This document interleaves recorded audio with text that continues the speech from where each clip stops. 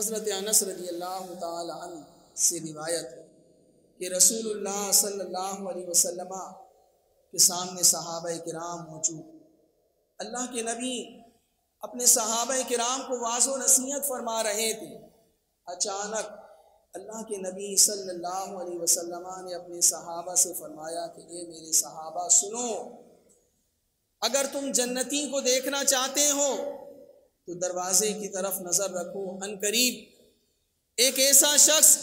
مسجد میں داخل ہونے والا ہے کہ جو جنتی ہے۔ صحابہ کرام رضوان اللہ تعالی عنہم اجمعین سب کے سب اس دروازے کی طرف نگاہیں جمائے منتظر ہو گئے کہ دیکھیں تو صحیح وہ کون خوش نصیب ہے جس نے رسول اللہ صلی اللہ علیہ وسلم کی زبان حق سے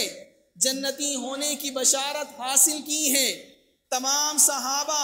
مسجد کے دروازے کی طرف نگاہیں جمائے ہوئے تھے تو دیکھتے ہیں کہ ایک ضعیف عمر رسیدہ شخص اپنے الٹے ہاتھ میں جوتیاں پکڑے ہوئے مسجد میں داخل ہوتا ہے، جوتیوں کو ایک طرف رکھتا ہے اور حضور کی مجلس میں آ کر بیٹھ جاتا ہے۔ صحابہ کرام اس شخص کو دیکھتے ہیں اور اس پر رشک کرتے ہیں۔ اگلے دن حضرت انس رضی اللہ عنہ فرماتے ہیں کہ دوبارہ مجلس رسول سجی ہوئی تھی، صحابہ کرام رضوان اللہ تعالی عنہم اجمعین حضور علیہ الصلوۃ والسلام کے سامنے موجود تھے، حضور انہیں واعظ و نصیحت فرما رہے تھے۔ پھر حضور علیہ الصلوۃ والسلام نے فرمایا کہ اے میرے صحابہ، اگر تمہیں جنتی شخص کو دیکھنے کا شوق ہو تو پھر دروازے کی طرف دیکھو، اب ایک آنے والا مسجد میں داخل ہوگا اور وہ جنتی ہے۔ صحابہ کرام پھر نگاہیں جمائے دروازے کی طرف دیکھنے لگے۔ تھوڑی دیر میں ایک شخص مسجد میں داخل ہوا تو صحابہ نے دیکھا یہ وہی شخص ہے جو کل آئے تھے، اور اسی طرح اپنے ہاتھ میں بائیں ہاتھ میں جوتیاں اٹھائی ہوئی ہیں، مسجد میں داخل ہوئے، ایک طرف جوتیاں رکھ دی اور حضور علیہ الصلوۃ والسلام کی محفل میں آ کر بیٹھ گئے۔ پھر تیسرا دن آیا، پھر اللہ کے نبی صلی اللہ علیہ وسلم کی مجلس لگی ہوئی ہے۔ پھر حضور نے فرمایا کہ اگر جنتی دیکھنا ہے تو دروازے کی طرف دیکھو۔ تیسرے دن بھی وہی شخص اپنی جوتیاں اٹھائے مسجد میں داخل ہوتا ہے، حضور علیہ الصلوۃ والسلام کی محفل میں آ کر بیٹھ جاتا ہے۔ حضرت انس فرماتے ہیں حضرت عبداللہ بن عمر بن العاص رضی اللہ عنہ نے ارادہ کیا کہ میں آج مجلس کے برخاست ہونے کے بعد اس شخص کے ساتھ جاؤں گا اور دیکھوں گا کہ آخر اس شخص کے وہ کون سے عمل ہیں کہ جس نے اس شخص کو اللہ کی بارگاہ میں اتنا بلند مقام عطا کیا کہ اللہ کے نبی صلی اللہ علیہ وسلم تمام صحابہ کرام کی موجودگی میں اسے جنتی قرار دے رہے ہیں۔ حضرت عبداللہ بن عمر رضی اللہ عنہ اس شخص کے پیچھے پیچھے چل پڑے اور جا کر کوئی عذر پیش کیا، اجازت طلب کی کہ حضور اگر آپ مجھے اپنے ساتھ اپنے گھر میں رہنے کی اجازت مرحمت فرما دیں تو جناب کی نوازش ہوگی۔ انہوں نے فرمایا کوئی بات نہیں۔ وہ گھر میں ان کے داخل ہو گئے۔ رات کو عشاء کی نماز کے بعد آرام کے لیے لیٹے۔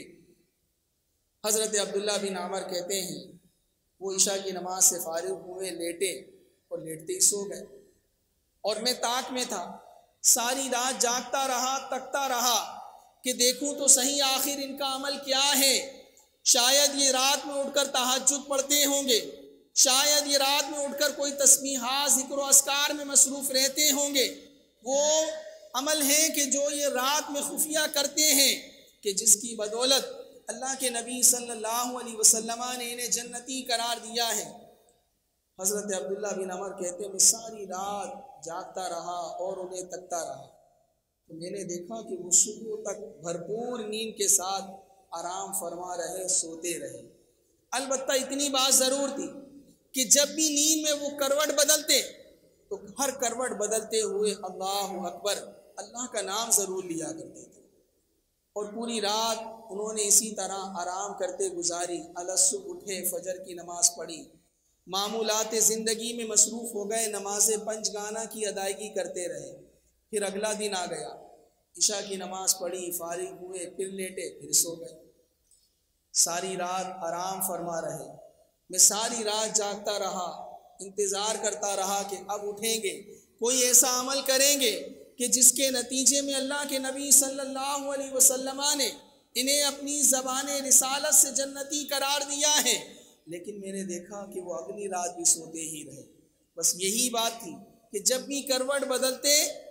تو اللہ تبارک و تعالیٰ کا نام ضرور لیا کرتے تھے۔ تیسری رات بھی اسی طرح گزری اور حضرت عبداللہ بن عمر جاگتے ہی رہے اور وہ آرام کرتے رہے۔ تیسری رات کے بعد